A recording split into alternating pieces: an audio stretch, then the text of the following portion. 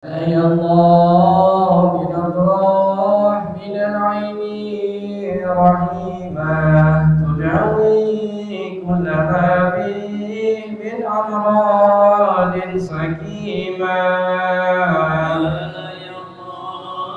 بنظرة من العين رحيما تداوي كل ما فيه من أمراض سكيما علي صاح لا تعجر وتدجر وسلم للمقادير كي تحمل وتعجر علي الله بنظرة من العين رحيما تداوي كل ما من أمراض سكيما وكن راضين بما قد حولنا والجبار ونسخط قد الله رب العرش الأكبر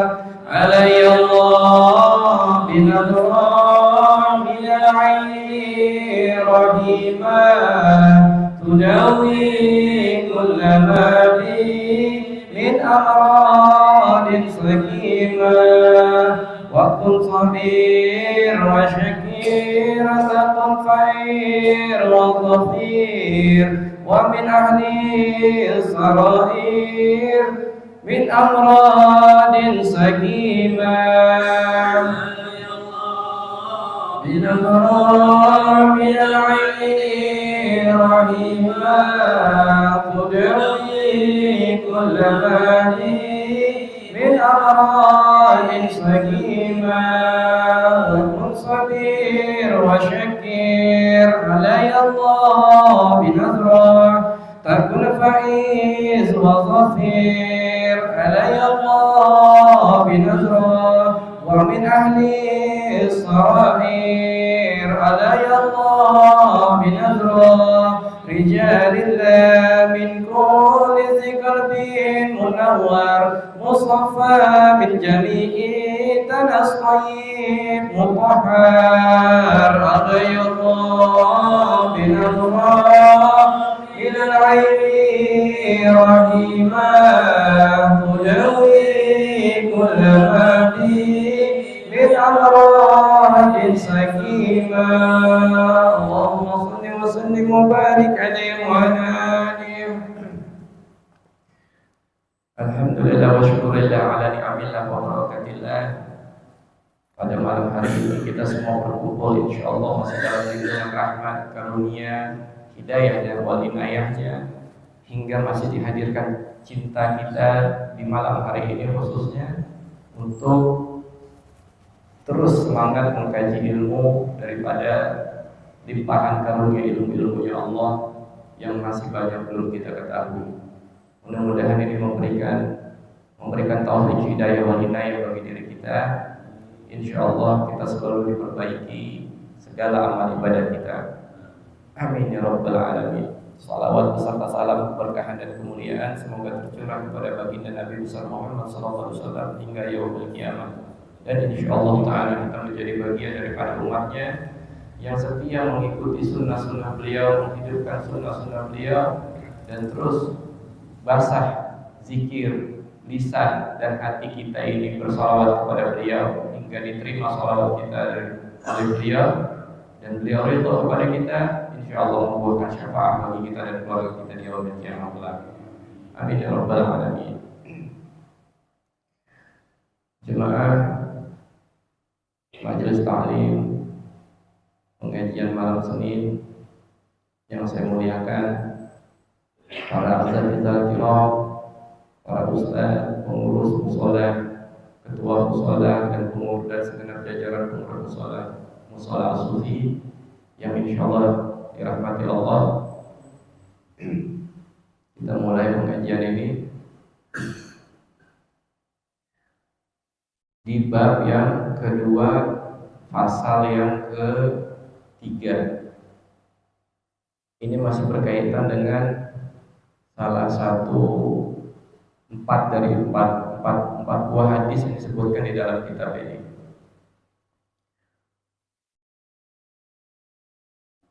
Bismillahirrahmanirrahim. Qala Nabiyuna Muhammad sallallahu alaihi wasallam,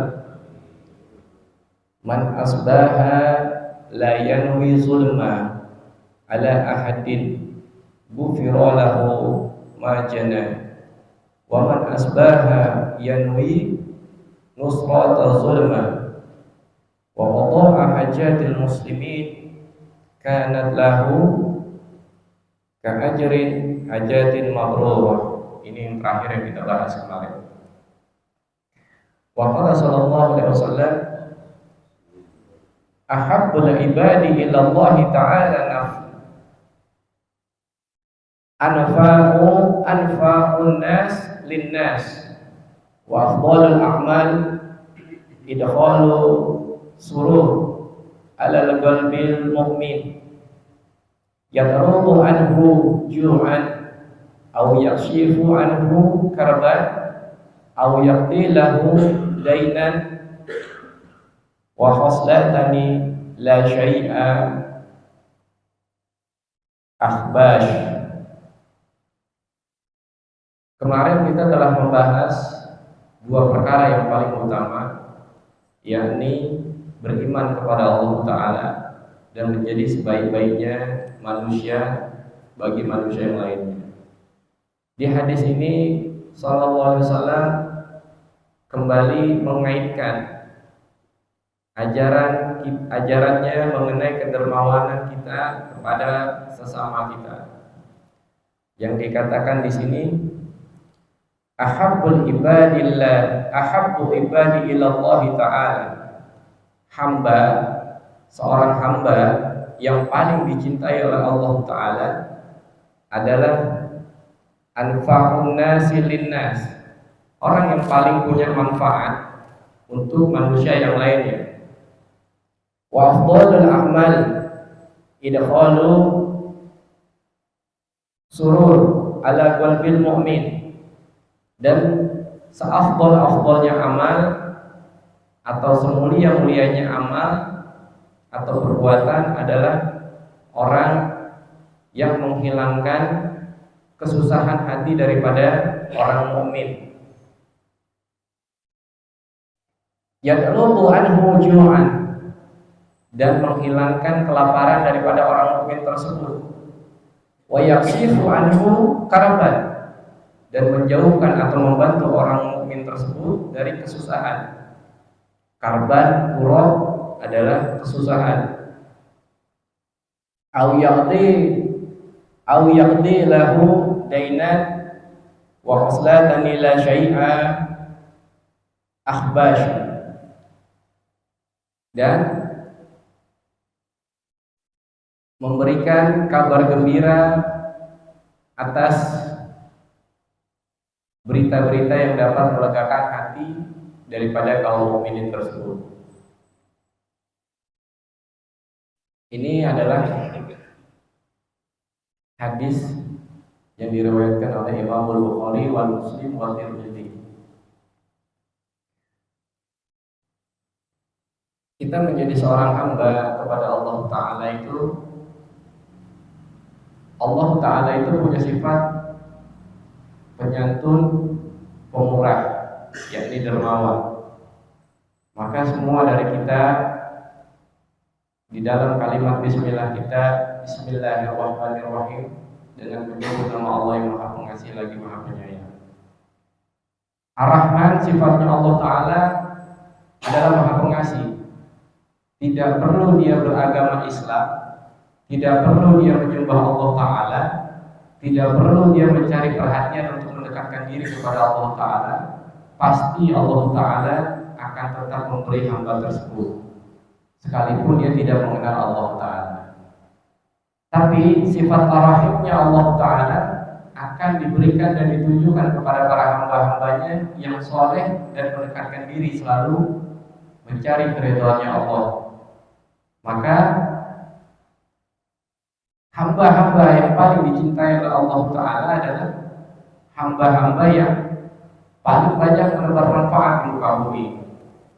Dalam hadis yang lain Nabi SAW mengatakan, manusia yang dicintai oleh penduduk bumi, disayangi oleh para malaikat, dan dicintai oleh Allah Ta'ala adalah manusia yang paling dermawan.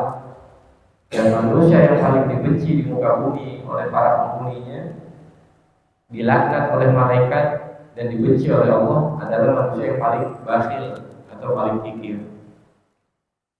Berbicara mengenai amal,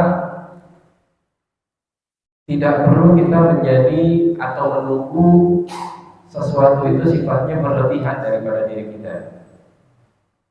Jadi nggak ada istilah nantilah kalau saya udah kaya baru saya berikan tanah wakaf. Nantilah kalau saya sudah jadi pejabat barulah saya menggelar santunan anak yatim. Nantilah akhirnya sampai umurnya pada ajal. Apa yang kita bisa walaupun sedikit, itulah yang kita berdayakan. Orang gak harus punya harta untuk menjadi seorang dermawan. Apa yang kita punya? Kalau kita punya tenaga untuk bantu kemaslahatan umat, keluarkan tenaga ini. Kalau kita punya pikiran, bantu buat pikiran kita untuk membantu kemaslahatan umat ini. Kalau kita punya ilmu, bantu dakwah agar ilmu ini tersampaikan oleh mereka. Dan tidak semua harus apa yang kita keluarkan itu uang berbalas uang. Setidaknya kita hidup ini apa memang semuanya harus ada hitungannya. Kalau kita keluarkan 500 berarti harus dibayar 500. Kalau kita keluar 1 juta berarti harus dibayar 1 juta. Tidak seperti itu. Memangnya kita ini nggak punya kebutuhan yang lain kepada Allah Ta'ala. Ada sesuatu yang nggak bisa dibayar oleh uang. Maka jangan jadikan kebaikan yang keluar dari kita itu harus mulai bentuknya dalam rupiah. Sejak kapan hidup kita ini mempunyai pengertian bahwasanya kebaikan itu harus berbayar? Sejak kapan? Sejak kita mengenal yang namanya mata uang. Dari situlah hidup kita itu selalu terpaku dan selalu bertolak ukur dari angka. Saya mau tanya kembali, sejak kapan angka itu membahagiakan kita? Sejak kapan juga angka itu mengusir kesedihan kita? Yang membahagiakan kita adalah Allah Ta'ala, dan yang memberikan musibah mendatangkan kesedihan kita juga adalah Allah Ta'ala. Jadi bukan angka. Kalau kita di saku kantong atau dompet kita penuh, tuh orang pasti sumringah. Karena apa? Hidupnya bergantung kepada angka. Ketika nominal angka-angka itu pergi satu persatu dari dompetnya, sedih dia. Berarti hidupnya ini selama itu bertolak ukur kepada angka. Kalau nggak ada angka nggak tenang. Gitu. Makanya apapun yang dia perbuat harus dihitung dengan hitungan angka. Emang dia nggak punya hajat, anaknya nggak bakalan lulus sekolah, habis itu melanjutkan lagi pendidikan yang lebih tinggi, di situ harus mencarikan biaya. Dari mana pertolongannya itu? Kalau semuanya itu harus bayar tunai, jasa berbalas uang. Apapun yang kita keluarkan, jangan kalau bisa dibayar dengan semuanya dengan angka atau uang. Biarkan sisanya disimpan sama Allah Ta'ala. Agar kalau kita punya hajat, kita kenapa-napa, misalkan salah satu kerabat dari keluarga kita masuk rumah sakit, BPJS sudah keluar, tapi masih harus ada obat-obat yang harus ditebus dengan obat sendiri, sementara persediaan uang sudah habis. Dalam kondisi seperti itu, maka kita akan ingat amal-amal kita yang tidak selalu dibayar oleh orang. Dari situlah Allah akan memberikan kita pertolongan. Jangan hitung-hitungan kita ini detail sekali. Pokoknya gua kalau nggak dibayar segini gua nggak mau. Maka Allah juga nggak akan mau kalau seandainya kita sangat membutuhkan. Jadi apa yang kita bisa, apa yang kita punya, itu kita berikan, kita sumbangsikan. Contoh misalkan, ini hanya sekedar contoh. Misalkan salah satu dari lampu yang ada di musola ini mati. Dia nggak tahu nih mati. Wah, lampu mati. Tapi karena kagak ada orang, gue udah kagak ngeliat. Kalau misalkan dia masih punya lebih, kenapa nggak masalah kalau dia keluarkan itu lampu? Nggak ada yang lihat, dia bisa ganti lampu gitu. Kan ada Allah. Emang perlu dilihat semua orang. Makanya ada istilah, kalau kita beramal tangan kanan, menggunakan tangan kanan, tangan kiri jangan sampai tahu. Kalau tangan kanan aja tangan kiri aja nggak boleh tahu, maka berarti harusnya amal kita itu tersembunyi. Menjadi dermawan, menjadi seorang penyumbang itu nggak harus diketahui sama sesama manusia. Dulu saya punya pengalaman pribadi gini. Saya sholat Jumat pernah rapi pakai imamah, pakai gamis, pakai jubah, pakai selendang, pakai minyak wangi, rapi saya. Di tengah jalan menuju masjid, saya lupa bawa uang kecil yang biasa saya taruh di saku untuk amal Jumat. Saya mau balik lagi, saya ke rumah. Lalu hati saya bertanya, ngapain kamu balik lagi? Paling enggak saya mau ngambil duit secukupnya untuk isi kotak amal. Kenapa? Memang harus wajib. Dalam hati saya wajib. Siapa yang mewajibkan kamu? Ternyata yang mewajibkan saya bukan Tuhan saya, tapi pakaian saya. Sekiranya pakaian udah rapi, layaknya seorang ustaz, kotak amal lewat di depannya, dia malu tuh kalau nggak ngasih. Di situ baru saya sadar bahwa selama ini saya beramal bukan karena Allah, tapi karena malunya saya pakai pakaian seorang ustaz, saya mengeluarkan itu. Orang kan kadang-kadang bil khusus di Indonesia ini begitu. Kalau ada pakaian rapi, gamis, kotak amal lewat, itu kadang-kadang sudah dilihat sama orang, kasihnya, gitu. Kalau misalkan kagak ngasih, pakaian doang kayak ustaz, duitnya keluar kagak, gitu kan. Itu jangan menjadikan hati kita tuh beramal gara-gara itu, malu gara-gara itu, bukan. Kalau memang kita ingin beramal tanpa ada pandangan sinis mata dari kanan dan kiri kita, kalau mau beramal ya beramal, perbaiki amal kita, bukan karena itu, bukan karena malu. Wah, masa udah pakai selendang, udah pakai gamis, udah pakai jubah, tiba kotak amal lewat gua agak ngasih, malu baju, bukan malu baju, malu sama Allah Ta'ala. Jadikan amal kita itu sebersih-bersihnya amal, tidak ada niat-niat yang lain. Dan apabila kita senantiasa menyembunyikan amal kita, maka malaikat yang ditugaskan untuk menjaga kita kanan kiri kita, rakib dan atid ini juga diberikan suatu keistimewaan oleh Allah Ta'ala. Biasanya rakib dan atid itu jika mencatat sebuah amal harus satu sama lain saling menyaksikan. Jika si fulan ini berbuat kejahatannya harus disaksikan oleh rakib, barulah sah catatannya si malaikat atid. Apabila orang ini berbuat kebaikan harus disaksikan oleh malaikat atid, barulah sah catatan kebaikan si fulan tersebut. Namun Allah berikan satu keistimewaan apabila orang itu selalu memberikan dengan tangan kanannya, tangan kirinya tidak sampai tahu, maka rakib ini boleh mencatat kebaikan yang diperbuat oleh fulan tersebut, oleh hamba tersebut, tanpa dipersaksikan oleh malaikat atid. Namun sebaliknya, apabila jika malaikat atid ini mencatat amal keburukan ini hamba, tidak sah catatannya jika malaikat rakib tidak ikut menyaksikan keburukan tersebut, keburukan dari hamba tersebut. Kalau kita ingin punya keistimewaan ini dari Allah Ta'ala, maka biasakan amal kita, tangan kanan kita berbuat, jangan kata tetangga, jangan kata saudara, tangan kiri kita aja jangan sampai tahu. Disebutkan di dalam surat yang sering sekali kita baca. Kita nggak usah memilih surat yang panjang-panjang, ini surat kita baca hampir tiap hari. Jadi kalau kita nggak dapat hikmahnya, walaupun dekat, walaupun tiap hari kita baca, berarti kita belum dapat hidayah. Bismillahirrahmanirrahim. Ar-ra'aita allazi yukadzibu bid-din. Tahukah kamu orang-orang yang menjadi pendustanya agama, orang-orang yang mendustakan agama?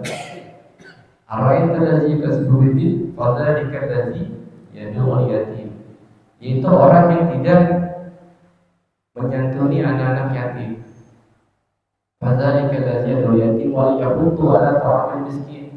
Dan dia tidak mau tergerak untuk memberikan sebagian harta itu untuk para kaum miskin.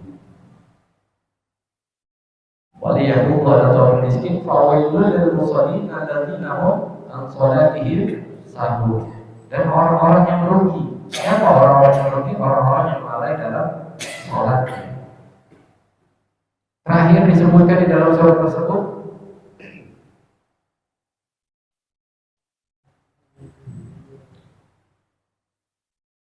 Ar-ra'aita allazi yukadzibu bid-din fadzalika allazi yad'u yatim wa yahuddu 'ala ta'amil miskin fawailul lil musallin alladzina hum an shalatihim sahun alladzina hum yura'una wa yamna'una al-ma'ruf.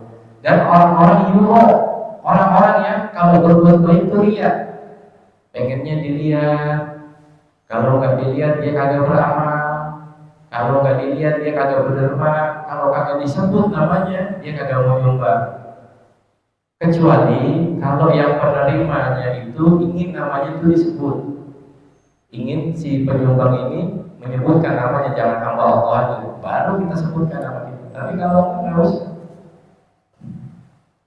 zaman sekarang ini modelnya hampir tipis antara beramal dengan pamer amal, ya, dengan pamer amal. Kita nanti di yaumul qiyamah itu akan kaget kalau nggak catatan amal kita. Mungkin kita kerasa udah banyak beramal, tapi catatan kita kok kosong ya Allah. Ya karena kamu beramal bukan karena saya. Sementara orang yang mengira amalnya sedikit, takut akan siksa neraka karena berasa amalnya dikit, dia akan kaget melihat catatan amalnya dilipat gandakan oleh Allah Ta'ala.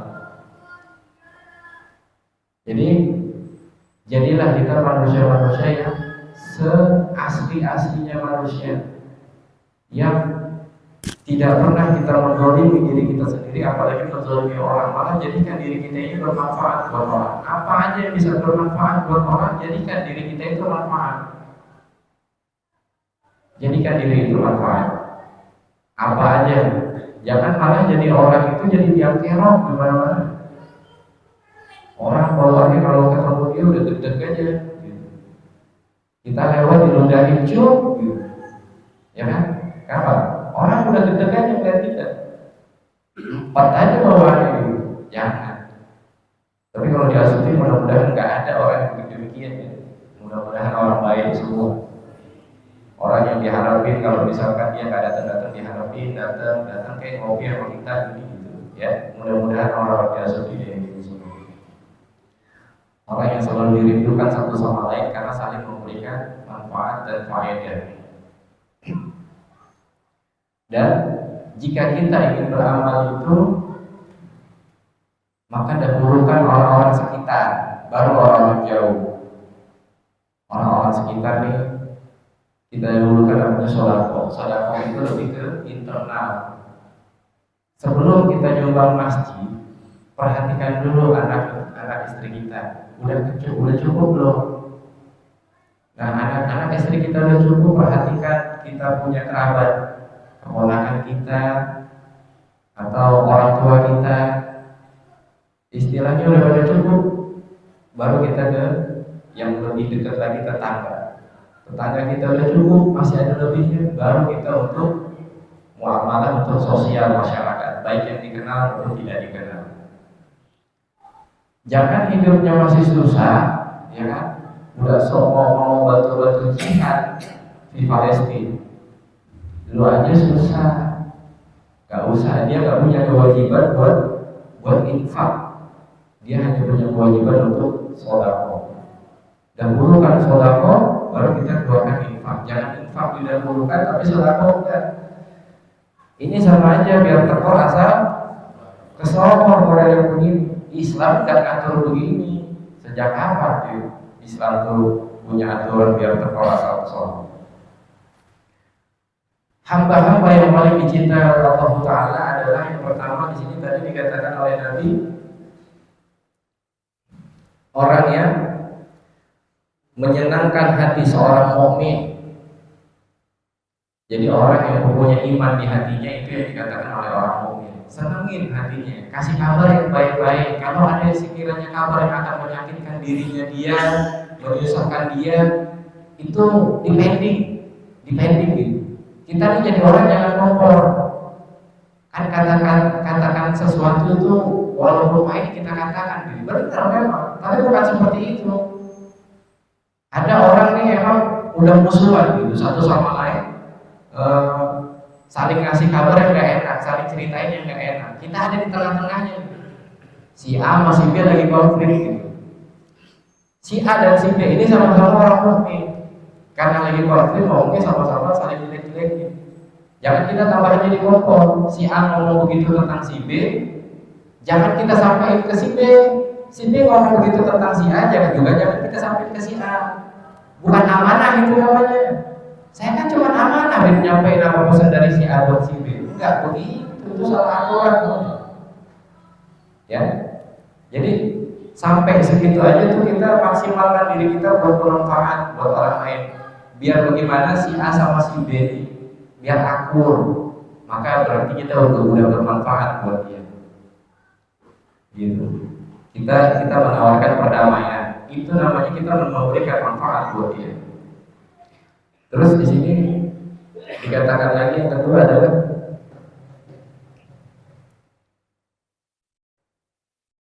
wa yaruddu anhu ju'an, dan memberikan makanan bagi saudara-saudara kita yang kelaparan. Alhamdulillah kalau di Asupi sih nggak ada yang kelaparan, ya. Sabar ngaji kenyang malah. Ya, sabar ngaji kenyang. Tapi kagak tahu itu yang datanya dari mana, kita juga kagak tahu. Kagak tahu menahu, kagak mau tahu. Pokoknya yang saya tahu habis ngaji ada makanan. Nasi boleh kita makan silakan. Tapi paling enggak maksudnya gini lah. Kan ini masak nih pakai duit, pakai daun sih kita beli bahan. Kan pakai duit. Paling enggak jangan kita ya sekali 2 kali makannya aja enggak apa-apa, 3 kali. Kita nanya sekali-sekali gitu sama orang yang bersangkutan yang suka ngurusin makanan. Siapapun dia, enggak tergantung Babe Syaidir aja siapapun. Tanya, itu duitnya ada berapa? Adanya sekian, cukup enggak? Ya cukup bilang. Nah kalau bahasanya kayak gitu berarti dia tuh gimana ya? Dia tuh sendiri tuh bingung. Kalau memang ada lebih keluarin. Kalau nggak ada lebih doain, ya. Tapi kalau dia bilang doa udah banyak, yang nambahin duit belum ada, gitu. Ntar gue cariin, gitu. Paling nggak gitu ya. Gitu. Terus dan au yakshifa anhu karaban, dan menghilangkan kesusahan dari orang-orang muslim. Kesusahan itu apa aja? Kadang ada orang nih ya, kita nggak perlu ngebantu dia deh, asal kita mau dengerin aja curhatannya gitu. Itu kan paling enggak udah bikin dia tuh menghilangkan sebagian beban daripada pikiran batinnya gitu. Gak usah kita bantu dia sampai dia nunggu jalan keluar, paling gak kita dengerin aja. Ngapa sih bang? Dari tadi diam aja. Tahu ini kopi pahit, rokok pahit, cerita apa bang? Kita ini jadi manfaat. Walaupun kita tahu dari ceritanya itu kita nggak punya jalan keluar buat dia. Cuma paling enggak manggut aja walaupun nggak paham kan lebih bagus daripada kagak mau dengerin cuek bebek gitu. Paham kan bang sekarang urusan saya? Kagak. Terus itu ngapain yang tadi nomor gitu. Paling enggak kita memberikan apa namanya tempat wadah buat dia, bentuk pedulian buat dia. Walaupun kita kagak paham sebenarnya ceritanya apa. Jadi sampai segitunya Nabi mengajarkan kepada kita untuk bermanfaat buat orang lain. Bahkan Al-Imam Al-Ghazali itu pernah mimpi dihadapkan kepada malaikat. Maka malaikat ini menyampaikan pesan dari Allah Ta'ala, wahai Ghazali, semua amalmu itu ditolak oleh Allah. Maka Imam Al-Ghazali ini sedih, dan kau ditetapkan menjadi ahli neraka oleh Allah. Tapi karena engkau pernah membiarkan seekor lalat itu minum dari botol hitammu sampai kenyang lalat tersebut, maka Allah mengampuni semua dosamu dan engkau layak ke surga karena hal tersebut. Allah ridho kepada. Jadi gara-gara ngasih minum lalat, sholatnya Imam Al-Ghazali, puasanya Imam Al-Ghazali itu gak direkan sama Allah, gak dihitung sama Allah. Cuma gara-gara dia kasih minum lalat gitu. Nah kalau misalkan ada orang minta minum, tapi niatnya benar-benar ya, emang dia haus, bukan karena niat dia modus dia minta minum atau nyolong ke rumah kita, nggak begitu ya. Kita juga harus waspada model begitu. Ada nih orang memang misalkan tukang sol, katakan tukang sol, capek mungkin dia jalan kaki, dia berhenti di depan rumah kita. Niatannya nggak ada niatan jahat, kita tawarin aja minum. Capek ya? Capek, mau minum kan? Dia kan bukan lalat paling.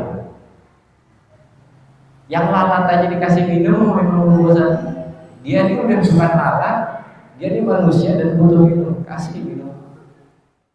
Apalagi kalau misalkan ada orang kehujanan, kalau sekiranya nggak ada teduhan, kita kasih tempat teduhan. Dari kita nggak ada yang tahu dari amal-amal tersebut yang kita anggap sepele, yang mungkin kita lebih kagum dengan amalnya kita, dengan sholat malamnya kita lebih kagum, puasa Senin Kamisnya kita lebih kagum, tadarusnya kita, tadarus Al-Qurannya kita lebih kagum, dan kita anggap ini nih amal yang bisa gue jadi patokan besok, hujah di hadapan Allah Ta'ala sehingga Allah memberikan itu kita masuk surga. Ternyata nggak diterima sama Allah Ta'ala. Justru lantaran gara-gara kita pernah kasih minum tukang sol, pernah kasih teduhan, orang lagi lewat kita kasih teduhan buat terlindung dari hujan, atau kita punya pakaian bekas kita berikan ke orang, justru jangan-jangan dari situ amal kita tuh yang memberikan ridho dari Allah Ta'ala untuk kita. Bahkan menyelamatkan seekor semut dari tenggelamnya dia di dalam air. Jangan segan-segan kalau emang itu ada kebaikan, kita angkat aja itu semua, terpandang di tempat yang kering, pindahin ke tempat yang kering. Bagi dia nyawanya dia berharga bagi seekor semut.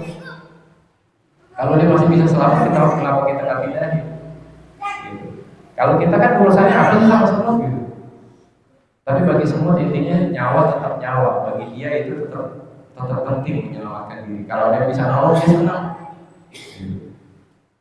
Manusia kan kalau dia bisa nolong senang kan ya. Coba kita kalau lagi cerita susah sampai sedih sampai nangis-nangis, nggak ada yang mau peduli, sedih kan? Sedih, rasanya jadi mau bunuh diri kan. Apalagi kalau udah dengerin lagu, duduknya di pojok sambil ngerokok gitu, hidup gue pahit amat ya gitu. Sedih ya. Lagi juga kita nggak harusnya meratap itu. Kita punya Tuhan. Kalau memang misalkan hidup kita itu nggak bisa lepas dari yang namanya angka, jadikan hidup kita itu bertumpu pada satu angka. Siapa satu angka itu? Allah Subhanahu wa Ta'ala. Lam yalid wa lam yulad. Dia tidak beranak dan tidak boleh dijadikan anak. Allah yang Maha Tunggal, Maha Esa, jadikan angka 1 itu sebagai tujuan kita. Kalau udah punya angka 1, maka insya Allah terpenuhi semua. Tapi kalau angka 1 nggak ada nolnya kan jumlahnya dikit ya. 1 itu paling enak kalau ada nolnya. 1 nolnya 6, enak. 1 nolnya 1, rada sedih gitu. Maka bikin 00 ini bertumpuk di belakang angka 1 tersebut. Apa yang 0? Dosa kita yang 0, maksiat kita yang 0. Maksiat kita udah 0, keburukan kita yang 0, gibahnya kita yang 0, tambahin ini nol terus di belakang angka 1 tersebut, insya Allah kita menjadi orang yang paling kaya di muka bumi. Jadi kalau kita punya angka 1 yaitu Allah Ta'ala. Kalau kita pengen nolnya banyak, ya nolin semuanya. Dosanya kita bikin nol, maksiatnya kita bikin nol, amal buruk kita bikin nol. Maka insya Allah kita akan menemui Allah itu sebagai Tuhan yang gak pernah mengecewakan hambanya. Allah itu gak pernah zalim sama diri kita.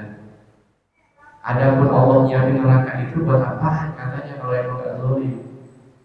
Yang nyiksa kita itu dosa kita sendiri, bukan Allah Ta'ala.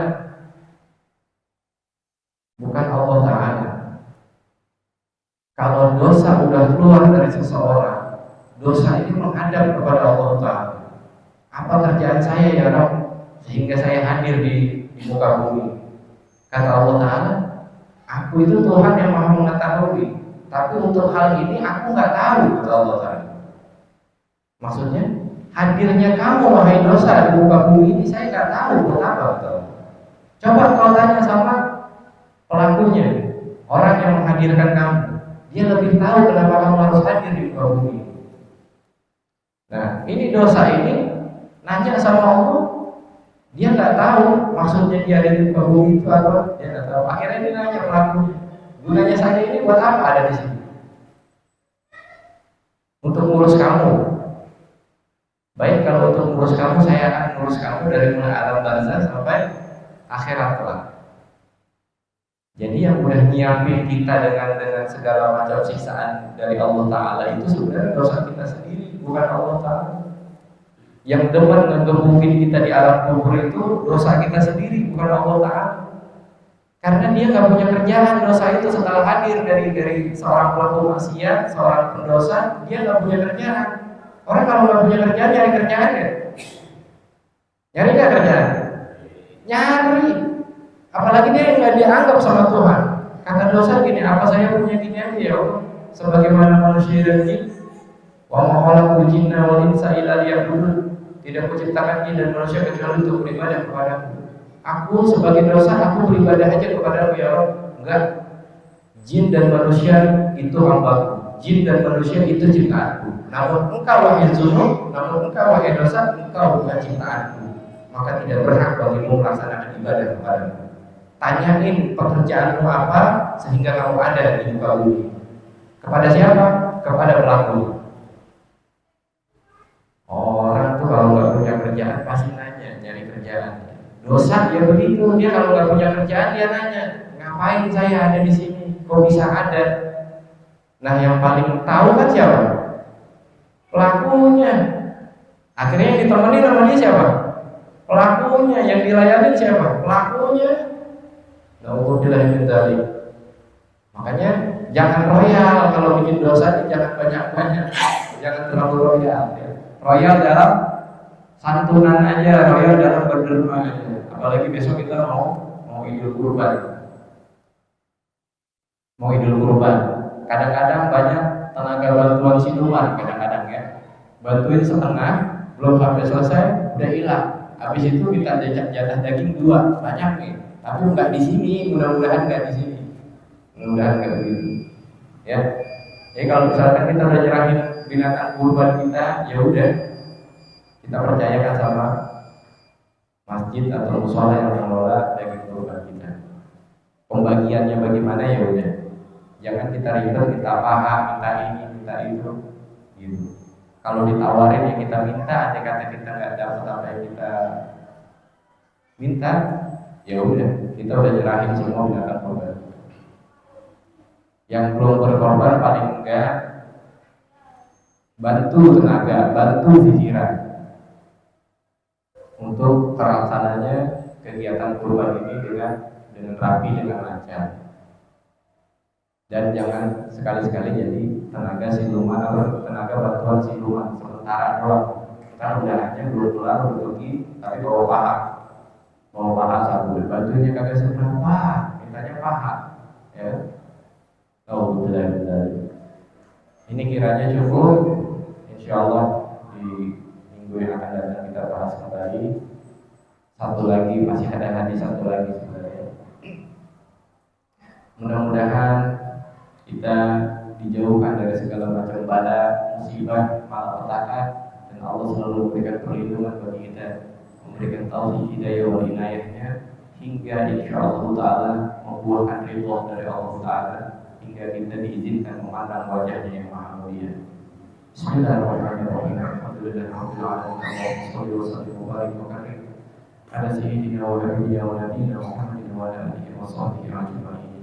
Allahumma inna nas'aluka min mas'alati wa atuka wa nabiyyika Muhammadun sallallahu alaihi wasallam wa na'udzu bika min syarri ma astahzaka minhu wa atuka wa nabiyyika Muhammadun sallallahu alaihi wasallam. Allahumma sallallahu min al-khair kulli wa a'udzu bika min asy-syarri kulli. Allahumma qini wa ahmani fi amri akhirati wa dunyaya. Allah ta'ala yaqulu 'alaina wa 'alaikum بشفاء الأجير والبشرين ويقول بيننا وبين القوم وأصحاب الحرمة سيدنا محمد صلى الله عليه وسلم خير الأنام. اللهم ارزقنا وإياكم صحة العافية وجميع العافية ودوام العافية وتمام العافية وشكر على العافية ويمتعنا بأسمائنا وأبصارنا وقواتنا في سبيله ويؤتي صوته ومقوله ولا يهدي له ورسوله. ربنا اغفر لنا ولوالدينا وارحمهم كما ربيانا صغارا. ربنا هب لنا من ازواجنا وذريتنا قرة اعين واجعلنا اماما. رب اجعلنا مقيم الصلاة والذكر ربنا وتقبل دعاءنا. ربنا اتنا في الدنيا حسنة وفي الآخرة حسنة وقنا عذاب النار. صلى الله عليه وسلم محمد النبي الأمي الكريم وصحبه وسلم بفضل سبحان ربك رب العزة عما يصفون وسلام على المرسلين والحمد لله رب العالمين. يا ربنا اعترفنا بأننا اعترفنا وأننا أشرفنا أمام الله أشرفنا فتب علينا توبة تغسل كل نوبة واسترنا العورات وآمن الرواتي واغفر لوالدينا ربي ومولودينا والآل والإخوان والسائر الخلان وكل ذي محبة أو جيرة أو صحبة والمسلمين عجما آمين ربي أسماء فلا وجود منا لا باكتساب منا بالمصطفى رسولي الله بكل صولي صلى وسلم ربي عليه